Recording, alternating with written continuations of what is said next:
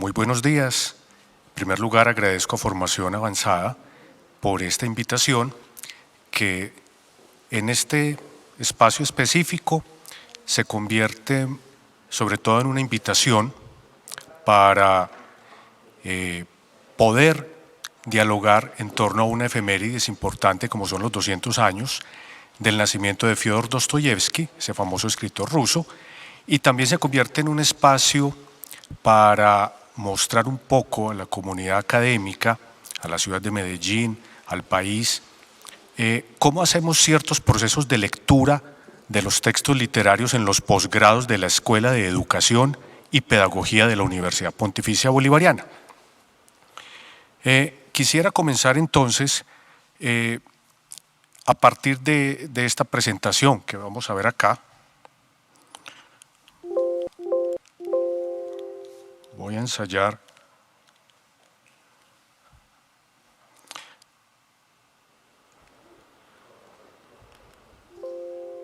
Sí, de pronto habrá un pointer, rayo láser. Sí, lo que pasa es que voy a mostrar enseguida unos mapas antiguos y quisiera ubicar unos puntos concretos. Bueno, entonces tenemos en primer lugar este retrato famoso de Fyodor Dostoyevsky. Es un retrato que data del año 1872, fue hecho cuando todavía vivía Dostoyevsky. Pasemos a la segunda. Bien, entonces una pregunta que nos hacemos en los posgrados de literatura, en los posgrados de educación, es ¿por qué razón hay que leer este tipo de escritores? ¿Qué es lo que hay en ellos que tanta gente dice que es importante leer a Dostoyevsky, es importante conocer a Dostoyevsky? Hay dos elementos que quisiera resaltar. ¿Por qué podemos volver hoy en día a Dostoyevsky? Más que por la fama que pueda tener o porque haya críticos o transductores que nos puedan decir hay que leer a Dostoyevsky, ¿qué podemos encontrar en él? En sus obras literarias, dentro de sus textos, dentro de su escritura, hay dos elementos que llaman la atención, que le competen totalmente a los posgrados de la Escuela de Educación y Pedagogía. El primero es, aquí vemos la pregunta, ¿qué es la lectura? Dostoyevsky, en una novela que publica en 1864, se pregunta por ese asunto. ¿Qué es la lectura? Y encuentra, no sé, en este momento los espectadores están viendo la diapositiva también. Miren que la primera pregunta, la que tenemos a la izquierda, tiene que ver con un fenómeno relacionado con ¿qué es exactamente leer una obra literaria o una obra artística? Él dice, no tenemos, o más exactamente, él critica un movimiento romántico de los años 40 en el lugar donde vive, en San Petersburgo, que en ese instante va a ser la ciudad más importante de Rusia. Critica a los románticos que enseñan a leer de una manera concreta. Él se burla de ello. Entonces dice, hay que aprender a leer de otra manera. ¿Por qué? Si ustedes miran en la primera pregunta, en la primera columna, la de la izquierda, van a encontrar un entrecomillado extraído literalmente de una de sus novelas, la de 1864, Memorias o Apuntes del Subsuelo, y él allí se va a dar cuenta algo que hoy en día nos hemos dado cuenta, y es que la lectura se enseña pero bajo los parámetros de la estética, única y exclusivamente, no bajo los parámetros de la poética. Aquí hago un paréntesis. Esto que Dostoyevsky está señalando acá, en un comité de currículo de la Escuela de Educación y Pedagogía, que en este momento estamos haciendo una renovación, estamos actualizando los cursos del área de literatura que los estudiantes de la licenciatura ven y que posteriormente en maestría y en especialización también estamos haciendo ese proceso de renovación, nos encontramos este fenómeno.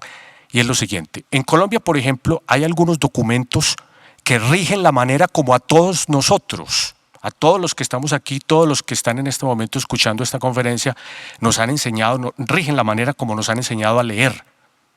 Esos documentos son los lineamientos, los estándares, los derechos básicos de aprendizaje, que es lo más actualizado, y un documento de finales del siglo XX que se llama Lineamientos para la formulación de la Cátedra de Estudios Afrocolombianos. Y nos encontramos, después de revisar esos documentos, que la manera como se enseña a leer en Colombia, desde finales del siglo XX hasta hoy, ha estado jalonada por el asunto de la estética, pero no por la poética. Entonces nos encontramos que la estética y la poética están cercenadas, están divididas. La palabra estética viene del griego aiesthesis, es un sustantivo de la tercera declinación que hace referencia a sentir, capacidad de ser impactado. Aristóteles la compara con la palabra dynamin, capacidad de ser impactado. O sea, cuando un texto literario te genera agrado, te genera cierto grado de atracción, ahí estamos hablando de lo estético. Pero se había dejado por fuera lo poético. La palabra poética viene de otra palabra griega que es poiesis, que hace referencia a lo que el propio Aristóteles, que de alguna manera es el que funda la poética, la poiesis, dice: la poética se encarga, y tiene un libro que se llama así, se encarga es de mirar las partes constitutivas de un texto, se encarga de mirar cómo se construye la fábula dentro de un texto, se encarga de mirar cómo hacer bello la poesía, cómo hacer bella la poesía. Esa parte estaba siendo descuidada en todos esos documentos ministeriales. Entonces, de alguna manera, pudiéramos hacer, y eso sucede por ejemplo en la maestría de educación, que los estudiantes a veces hacen procesos de investigación con sus estudiantes de básica primaria, de media, etcétera, y denotan, alcanzan a percibir que la manera como hemos aprendido a leer y como los niños y los jóvenes están aprendiendo a leer está apoyado en la aiesthesis, pero se descuidó la poética. O sea que nosotros de alguna manera estamos leyendo en un 50%. La propuesta que hicimos en ese comité de currículo consiste en volver, en poner a dialogar de nuevo la poética y la estética al momento de aprender a leer. Y cuando digo aprender a leer significa cualquier grado. O sea, estudiantes desde el doctorado, de maestrías, de especializaciones, de pregrado, de básica, de media. Tenemos que volver a leer literatura, pero integrando esos dos elementos, la poética y la estética, porque si no, nos vamos a quedar aprendiendo a leer solo el 50%. Dostoyevsky, en la cita que traigo a colación de 1864, tomada de su novela Apuntes del subsuelo, ya había detectado eso, que en los años 40, en Rusia, se estaba enseñando a percibir las obras de arte por cuenta del movimiento del romanticismo, pero solo desde la estética, únicamente desde la estética, y se les estaba olvidando la poética, la poiesis. De alguna manera, la poética se percibe cuando observamos, leemos una novela, un poema, un drama, cualquier género literario, y somos capaces de detectar en el propio texto cómo es que el autor fue forcejeando con las partes que componen ese texto. O sea, la palabra poética, que recuerden que viene de poiesis, y que ya señalé algunos elementos que Aristóteles enseña que son los que debe contener, es una palabra que en griego ático traduce manera de hacer las cosas. Poiein es trabajar, es hacer algo, es construir algo. Un carpintero está haciendo poiein, pero también un poeta hace poiein. Los dos están construyendo.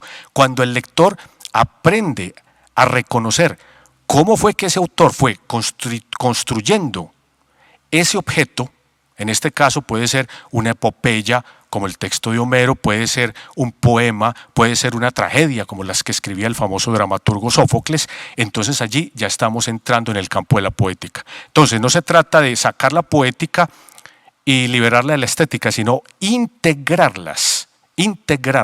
Dostoyevsky ya había notado eso. Entonces ese sería el primer por qué abordar a Dostoyevsky hoy. Y el segundo elemento de por qué abordar a Dostoyevsky hoy, que lo vemos también en la diapositiva, que corresponde a la segunda columna, la que está a la derecha, tiene que ver con la escritura. Dostoyevsky, desde sus primeras novelas y sus primeros cuentos, él trabaja esos dos géneros literarios, es novelista, es muy famoso por ser novelista, pero no es tan famoso por ser cuentista, pero es un excelente, eximio cuentista. También es un excelente escritor de crónicas periodísticas, pero es famoso por ser novelista. Desde sus primeras novelas y cuentos, Fyodor Dostoyevsky se hace la pregunta por la escritura. Y si ustedes miran el entrecomillado que fue extraído de la misma novela que cité anteriormente, Apuntes del subsuelo, notarán que él dice que la escritura es un mecanismo que pule mi estilo y que gracias a la escritura, cuando yo estoy poniendo en el papel algo por escrito, estoy volviéndome exigente conmigo mismo. Imagínense ustedes que esos elementos, por ejemplo, ustedes los notan hoy en día en la OCDE, las propuestas de escritura, lo notan en los documentos ministeriales en Colombia. Cuando digo ministeriales son los del Ministerio de Educación. Lo notan en los deseos de cualquier rector de cualquier institución, o sea, que sus estudiantes aprendan a escribir. Dostoyevsky ya tenía claridad en que la escritura es un elemento que nos permite reconocer con exigencia lo que somos, lo que poseemos. Dice además que la escritura puede ser una alternativa para desahogar recuerdos infructuosos que tengamos. O sea que la escritura sale muy bien parada en un maestro como Dostoyevsky. Estos dos elementos, tanto el referido a la lectura como a la escritura, hay que buscarlos en sus distintas obras literarias. Repito, crónicas, cuentos, novelas. Están allí, irrigados. El narrador o los personajes están haciendo continua referencia a esos dos aspectos. Aquí hago un paréntesis. Es muy importante, por lo tanto, cuando estemos abocados a la lectura, a las deliciosas lecturas de Dostoyevsky, yo los invito para que hagamos esas lecturas de una manera degustada, lenta. En los posgrados de la Escuela de Educación no leemos simplemente por leer, sino que aprendemos a leer de manera detallada, pausada, saboreando lo que estamos leyendo. Hay muchas instituciones donde deben cumplir cierto número de lecturas.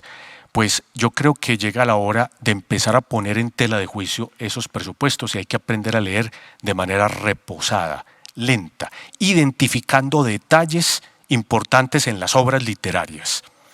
Y el tercer aspecto de por qué leer a Dostoyevsky, por qué volver a Dostoyevsky, sobre todo en el año actual, miren las fechas de nacimiento. Él nace en Moscú en 1821, por lo tanto se están celebrando 200 años de su nacimiento. Muere en 1881, o sea que también habría una fecha en ese aspecto relevante con el año actual. Pasamos a la siguiente, por favor. Bien, ante la dificultad que el propio Dostoyevsky nos mostró de lo que estamos haciendo cuando leemos una obra literaria, es decir, estamos leyendo casi al 50%, él cuando critica la manera como enseñaron a leer los románticos en Rusia, que eso de alguna manera sigue vigente en Hispanoamérica, en Latinoamérica. Hay algunos lectores que sí están integrando, por supuesto, la poética, con la estética, pero en muchas partes está hablándose solamente de la estética al momento de leer. Eso ha generado un desorden en muchos pénsumes, en muchas maneras de abordar el problema de la lectura. Miren que el problema de la lectura es un asunto mundial de la humanidad. Ese desorden, entonces nos vamos por lo poético. Aclaro algo, poético no significa poesía, no. Poético es algo más que la poesía. La poesía es un género de escritura, pero no es poético. Puede haber poesía sin poética, pero también puede haber poesía con poética, por supuesto. La poética es la manera de hacer las cosas, la estética es la forma de percibir las cosas. Entonces, ¿nos vamos por la poética o nos vamos por la estética? Había que organizar las cosas de alguna manera. ¿Cómo integramos poética y estética? Entonces, en algunas de las materias, por ejemplo, de la maestría en literatura, de la especialización en literatura, de la maestría en educación, organizamos una manera de leer textos literarios. También hay textos no literarios, pero esa manera de organizarlos, pues yo le propuse un nombre de esa forma, que es el materialismo literario, que se construye a partir de 3 espacios: el espacio ontológico, el espacio antropológico, el espacio poético y estético. Ese tercer espacio es el que va a integrar la poética y la estética. En muchas materias empezamos a ver esto en los posgrados. Para ello necesitamos pues un semestre para explicar cada uno de estos componentes. Quienes quieran identificar el desorden que ha habido, así como Dostoyevski lo señaló desde 1864, en términos de cómo estamos leyendo, yo les recomiendo que lean un texto de los años 80 del siglo XX de Tzvetan Todorov, que se titula Crítica de la crítica. Tzvetan Todorov, Crítica de la crítica. Fue publicado en español en 1992, más o menos, y originalmente el texto data de 1982, la primera edición. En Crítica de la crítica, Tzvetan Todorov se dio cuenta, vea, hay un montón de lecturas inmanentistas, hay otras que son trascendentalistas, por un lado están las poéticas, por otro lado están las estéticas, esto está en un caos. Y el problema es que no nos hemos dado cuenta. Los posgrados de la Escuela de Educación y Pedagogía están llamando la atención sobre, ojo con ese desorden, y vamos a tratar de darle un orden a ese desorden para efectos de beneficiar los procesos de aprendizaje de la lectura, y en este caso de la lectura literaria. Solamente hago referencia al espacio ontológico. El espacio ontológico, por ejemplo, se refiere a ver, vamos a ver qué elementos poéticos y estéticos puede contener la obra, en este caso de Fyodor Dostoyevski. Pasamos a la segunda. Empecemos a ver el forcejeo. Miren, cuando los biógrafos de Fyodor Dostoyevski enfrentan y tratan de proponer elementos de interpretación de su vida, señalan cosas como esta. Prácticamente toda la filosofía contemporánea, desde Nietzsche hasta Foucault, es deudora de las novelas y los cuentos de Fyodor Dostoyevski. Cuando aparece Dostoyevski, también están de acuerdo en decir, esa literatura puso en problemas las teorías pedagógicas, las teorías de la educación, puso en problemas la teología, puso en problemas las ciencias sociales, puso en problemas los saberes que había en el siglo XIX. Dostoyevski tenía una inteligencia extrañísima que era capaz de poner en problema todo lo que se sabía hasta el momento. Y aún hoy sigue poniendo en problemas porque su pensamiento es actual, es vigente, como por ejemplo lo que acabamos de ver de los problemas con la lectura y la escritura. Entonces, cuando señalo algo, biográficamente Dostoyevski interrumpe su producción literaria entre 1849 y 1859, 10 años. ¿Por qué? Porque en el 49, en abril, una mañana de abril, fue apresado por el poder del zar. Fue llevado 4 años a vivir en Siberia y 5 años más tuvo que prestar un servicio militar obligatorio como parte de la condena inicial. Bueno, la historia de por qué lo condenaron, eso hace parte pues de las investigaciones de sus biógrafos, porque hay dificultades para saber. Simple y llanamente él hacía parte de un grupo, el grupo Petrochevsky, que al zar no le interesaba, no le gustaba ese grupo, lo consideraba un socialismo peligroso. Dostoyevski estaba en ese momento en algunas de esas reuniones, lo apresaron y 9 años estuvo detenido. Cuando él regresa a la ciudad en la que vivía, no la que nació, porque recuerden que nace en Moscú, él desarrolla su vida en San Petersburgo. Cuando regresa, él tiene que enfrentarse a varios fenómenos. Uno, una operatividad real. ¿Cuál? ¿Cómo voy a sobrevivir? acabo de salir de la cárcel, acabo de ser detenido 9 años y medio, ¿yo qué voy a hacer en San Petersburgo? ¿Cómo voy a vivir? ¿Cómo voy a comer? Y para acabar de ajustar, cuando estaba prestando ese servicio militar obligatorio, se casó con una mujer, María Dmitrievna, una mujer que sufría tuberculosis. ¿Cómo voy a mantener a la esposa? Y además la esposa venía con un hijo de otra relación. En todo caso, él llega a San Petersburgo y dice, voy a hacer lo que yo sé hacer. O sea, voy a escribir literatura. Y otro elemento importante en la vida de Fyodor Dostoyevsky es que era un excelente editor de revistas literarias. Él, por ejemplo, con su hermano funda 2 revistas, una que se llama Época, y otra que se llama Vremya. Vremya en ruso traduce verdad. El nombre del editor que aparecía allí era el de su hermano, Mikhailovich, pero realmente el que hacía el trabajo duro era Fyodor Dostoyevsky. Entonces se dedica a esas labores de escritura. Aparecen novelas cuando llega a San Petersburgo como La Casa de los Muertos, Memoria de la Casa de los Muertos y Humillados y Ofendidos. Esas 2 novelas hicieron que Dostoyevsky pudiera vivir de la escritura literaria. Yo no sé si hoy en día se podrá vivir de la escritura literaria. Algunos dirán que sí, otros dirán que no, otros dirán que tal vez. Pero en ese momento Dostoyevsky se dio cuenta que era capaz de vivir de la escritura literaria con esas 2 novelas, porque tuvieron un éxito importante. Y miren por qué. Muchas veces cuando leemos a un autor, en este caso Dostoyevsky, creemos que él simplemente produjo sus obras literarias así de la nada y que por generación espontánea mucha gente le gustó. No. Miren un elemento referido a la poética que el propio Dostoyevsky identificó como un faltante en los procesos de lectura aplicados a sus obras literarias. Este texto que vemos acá es un texto que fue publicado originalmente en 1863. No es de Dostoyevsky. No es de Dostoyevsky. El texto traduce ¿qué hacer? ¿Qué hacer? Es un texto, no, pero no este, sino el anterior, el que está en ruso. Este, exactamente, ese. ¿Qué hacer? Ese texto es importantísimo porque ese texto es una novela. Funda de alguna manera lo que las personas en Rusia estaban pensando.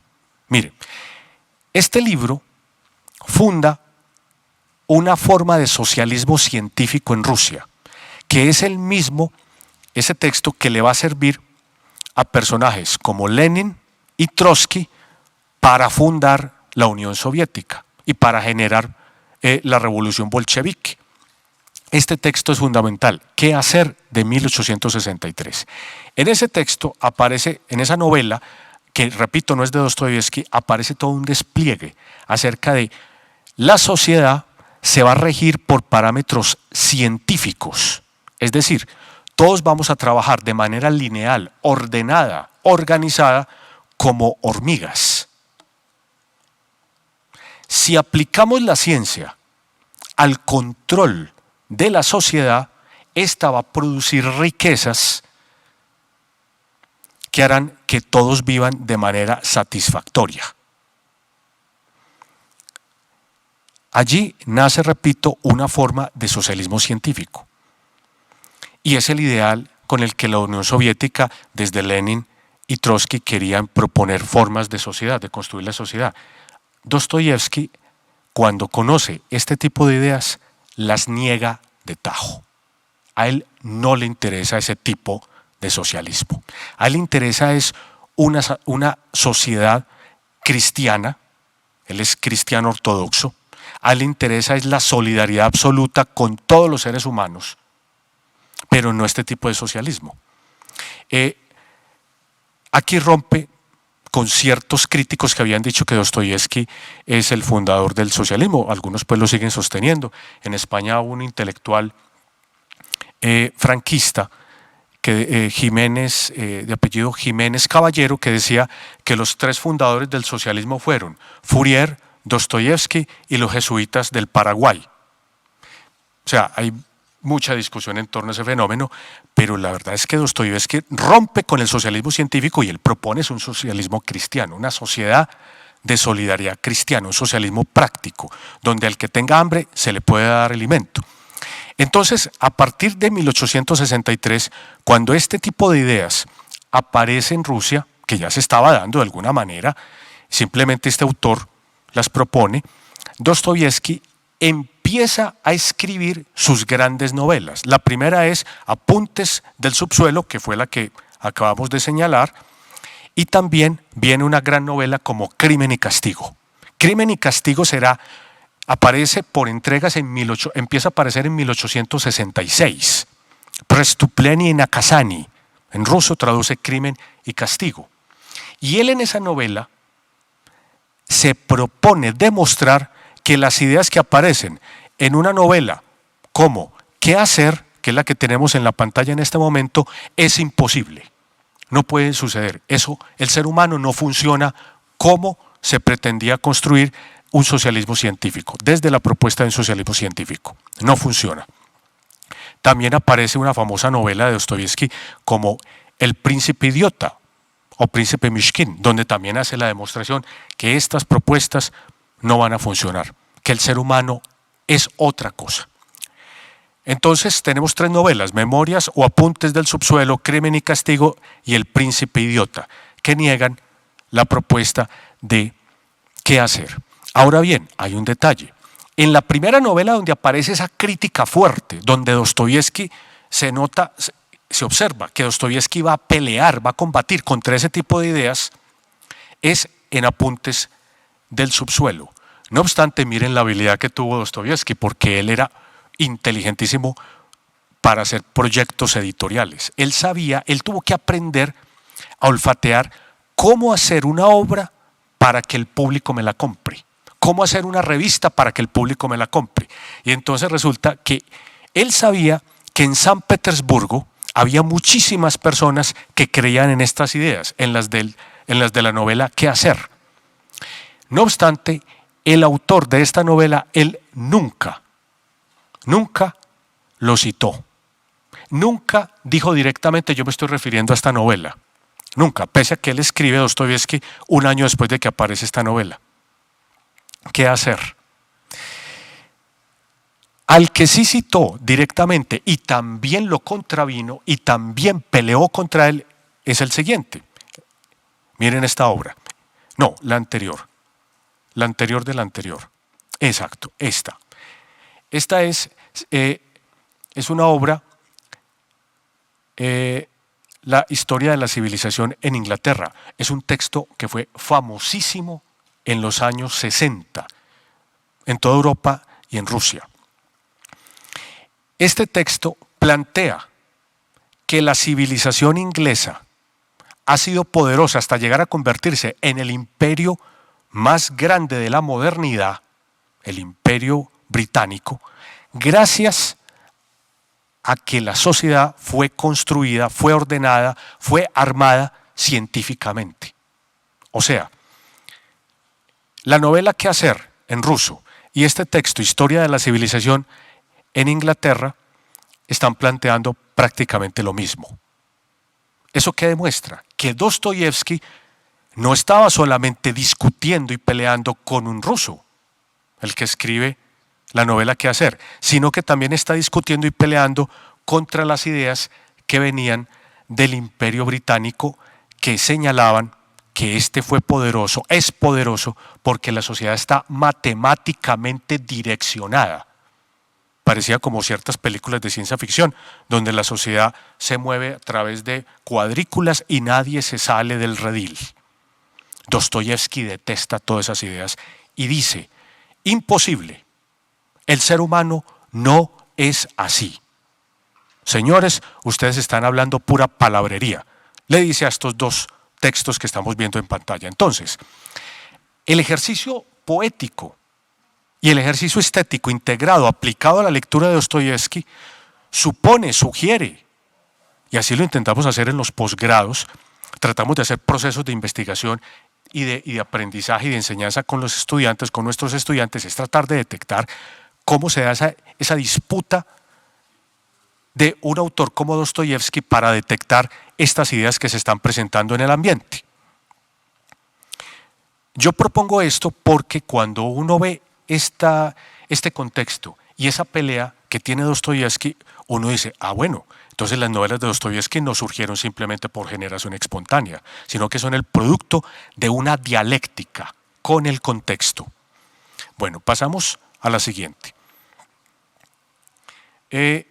Aquí ustedes pueden ver, esto es un texto también de mediados del siglo XIX, Geografía Universal. Me puse a buscar un poco a ver qué era San Petersburgo. Pues es la ciudad que aparece en las novelas de Dostoyevsky y aparece en los cuentos. No voy a decir que sea la primera vez, pero sí es una de las primeras veces que una ciudad se convierte en protagonista de obras literarias. Ustedes, por ejemplo, pueden ver el cine de hoy, cine de Hollywood, dependiente o independiente, como lo quieran llamar. Y ustedes van a notar que hay ciudades que son protagonistas de las películas. Dostoyevsky, de alguna manera, convirtió a San Petersburgo en una protagonista de su novelística. Los personajes caminan, trasegan sus calles, él describe casas, describe parques, los personajes dialogan en los parques, los personajes caminan por las orillas del río Neva, en fin, podemos conocer la geografía de San Petersburgo. Y ese es otro fenómeno poético, aparte del forcejeo contextual que el propio Dostoyevsky tenía con sus ideas. Y este segundo aspecto poético es, ¿qué es San Petersburgo? San Petersburgo, cuando él la toma y la ubica en sus novelas, prácticamente está proponiendo, reitero, no voy a decir que la primera vez, pero está proponiendo una ciudad de ficción. O sea, él va a ficcionalizar, nos va a enseñar a esto, por ejemplo, para los quienes hacen cine, para quienes hacen documentales, para quienes hacen literatura, para quienes hacen televisión, es importante, porque Dostoyevsky lo que está enseñando es poéticamente cómo tomar una ciudad y volverla ficción. Ficción no significa mentiras, ficción significa tomar un objeto, en este caso la ciudad, y traerla como personaje de una obra literaria. O sea, la ciudad en las novelas y cuentos de Dostoyevsky empieza a tener operatoriedad, acción, vivencia si se quiere, pero en la estructura de las novelas. Ese San Petersburgo, en esta columna, este es un texto de 1844, aparece integrada por ferrocarriles a todas las ciudades importantes de Europa, como ustedes lo pueden ver ahí. Ese triángulo, ese plano que tenemos allí, mide las distancias entre las distintas ciudades. Era un mecanismo que aparece en este libro de Geografía Universal, pero era un mecanismo para saber cuánto nos podemos demorar para ir, por ejemplo, de San Petersburgo a Roma, de San Petersburgo a París. Bueno, pasamos a la siguiente.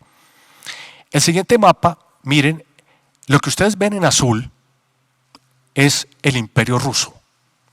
Y en el extremo, junto al Golfo de Finlandia, está la ciudad de San Petersburgo. Miren este fenómeno, allí está toda Europa. Este mapa, que es un mapa que recuperé de 1845 aproximadamente, ese mapa nos muestra Europa integrada. Eso es importante señalarlo por lo siguiente. Muchas veces cuando leemos a Dostoyevsky, creemos que él está hablando de una literatura y que Rusia en ese momento es algo por allá alejado de Europa, que no tiene nada que ver con el mundo europeo, y no hay tal. Rusia está totalmente integrada a Europa en los momentos en los que Dostoyevsky escribe.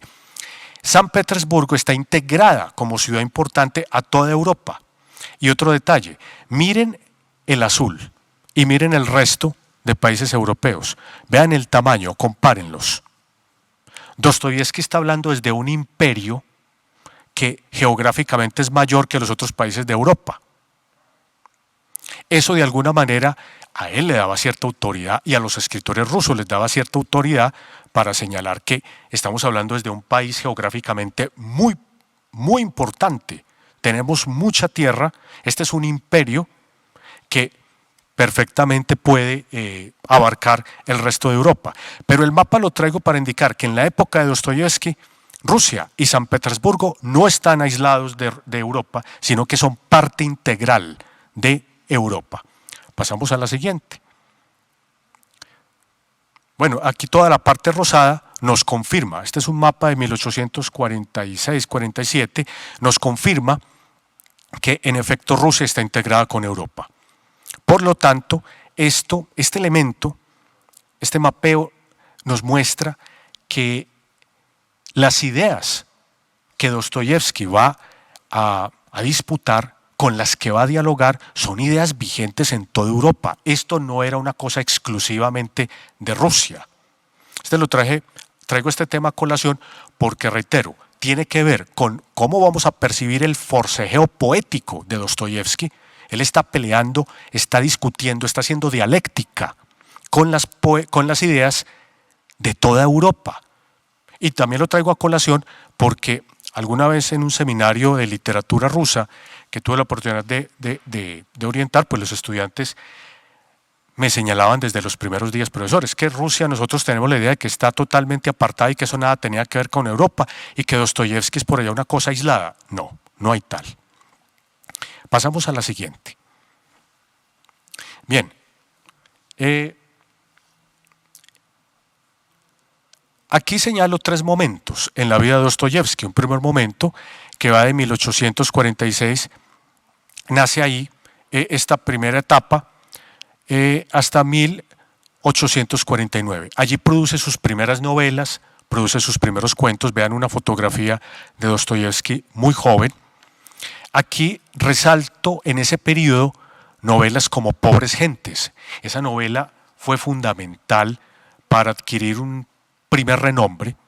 El crítico ruso Bielinski, cuando leyó esa novela, dice Joseph Frank, que es uno de los biógrafos más importantes, si no el más importante de Dostoyevsky, dice que cuando el crítico Bielinski leyó Pobres Gentes, dijo: este señor acaba de fundar la nueva novela realista social rusa. Eso fue en 1846. Cuando publica su segunda novela, pero sobre todo su tercera, la tercera es muy interesante porque se llama El Doble, Dostoyevsky pierde fama. ¿Por qué? Porque dijeron: El Doble fue una copia de otras novelas anteriores de otros autores, por lo tanto no tiene mayor valor. Pero yo quisiera hacer referencia a esa novela El Doble, fue su tercera novela. Miren por qué. En este primer periodo, Dostoyevsky tiene una gran preocupación y es la siguiente. Una que, entre otras cosas, subrayo, es la misma preocupación que puede tener cualquier persona hoy en día. Vean por qué. En este periodo, entre 1846 y 1849, Dostoyevsky nota que el Estado que va a sostener políticamente al Imperio ruso aumenta de tamaño. O sea, el Estado se llena de funcionarios. Dostoyevsky va a investigar a través de conversaciones en la vida cotidiana, porque le interesa mucho este fenómeno, es cómo son los miembros del Estado, cómo son los funcionarios públicos que sostienen el Imperio ruso. Y empieza a notar que muchos de estos funcionarios tienen unas grandes ambiciones materiales y tienen deseos de ascender en la jerarquía del poder. Entonces, nota paralelamente que ese sistema burocrático ejerce una gran presión laboral sobre estas personas. Su preocupación, la de Dostoyevsky, y aquí me parece que es donde está la esencia de este primer periodo en la producción de novelas y cuentos de Dostoyevsky, es la siguiente. Primero, usted es un funcionario público o un funcionario de cualquier institución. Segundo, ese estado burocrático o esa institución ejerce sobre usted una enorme presión laboral. Entonces, ¿cómo va a compaginar usted sus deseos de ascender en la jerarquía y cómo va a soportar la presión? Dostoyevsky dice, ese choque va a empezar a dislocar la psicología del funcionario.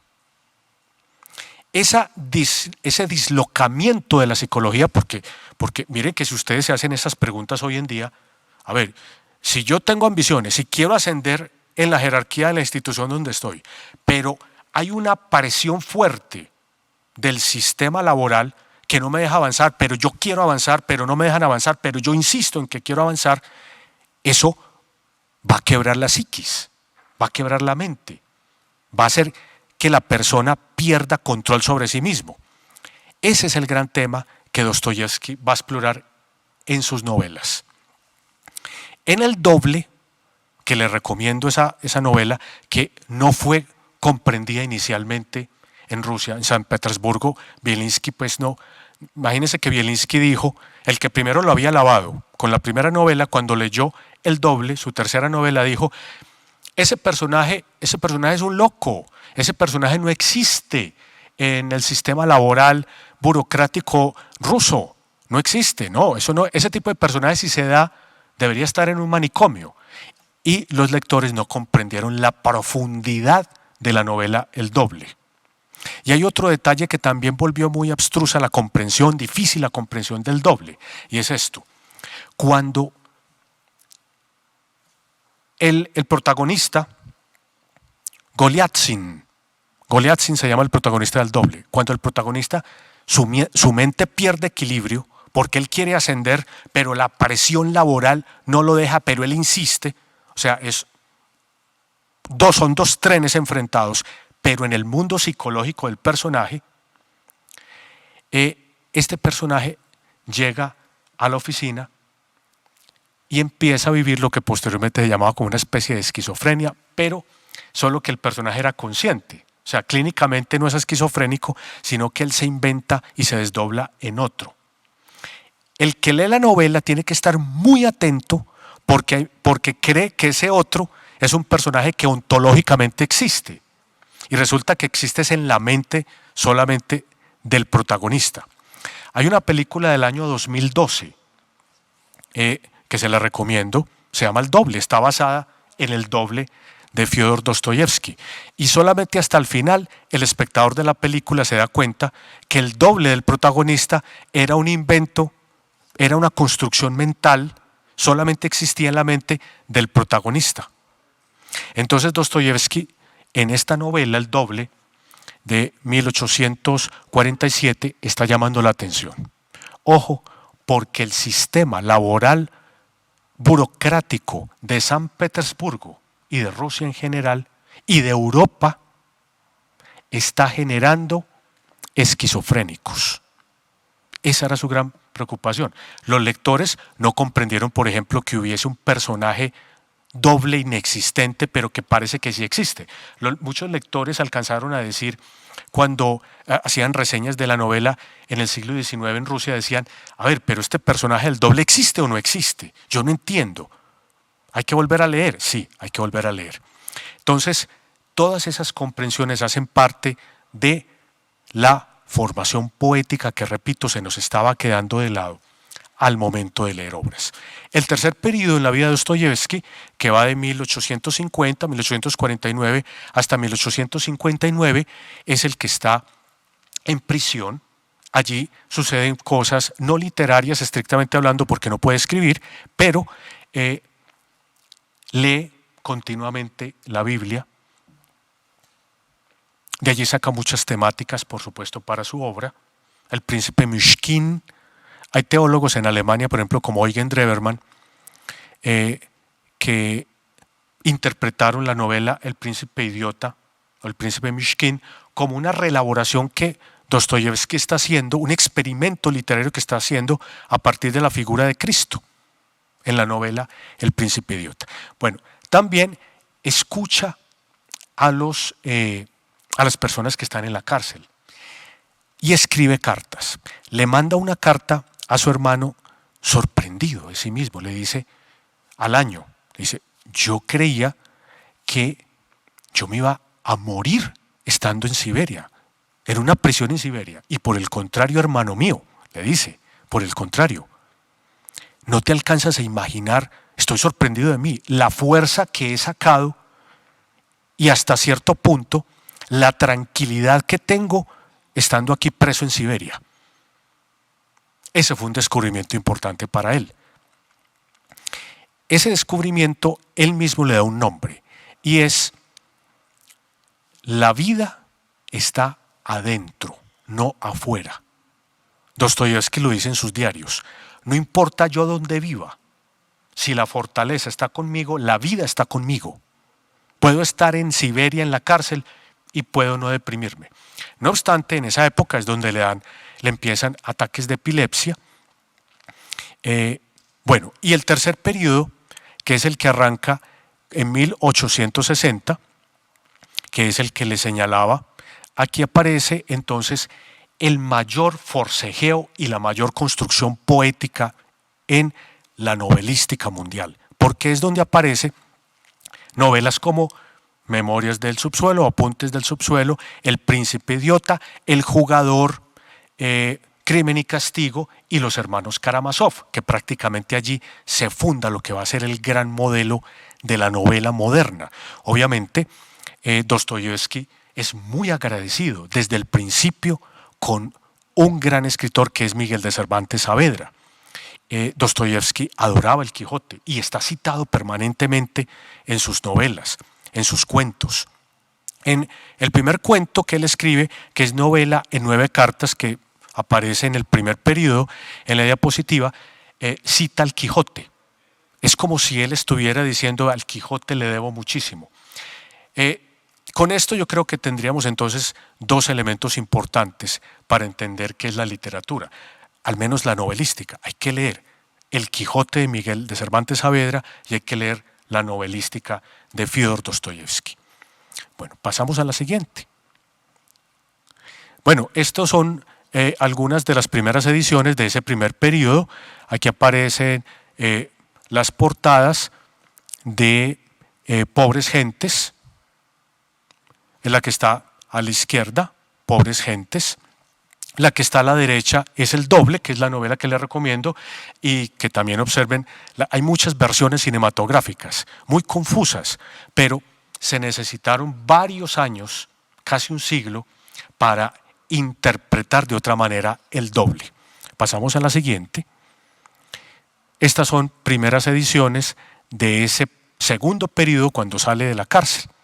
Aquí vemos en primer lugar Memorias del subsuelo, en el centro está Prestупление и наказание, que es Crimen y castigo, que es una novela que requeriría un seminario aparte por la profundidad, por la hondura, pero recuerden que poéticamente es una pelea, una disputa que Dostoyevski tiene con las ideas europeas, entre ellas rusas también, del momento. Bueno, y pasamos a la siguiente.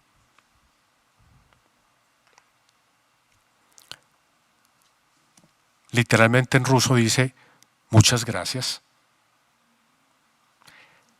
No sé si tenemos entonces un espacio para algunas preguntas o terminamos definitivamente.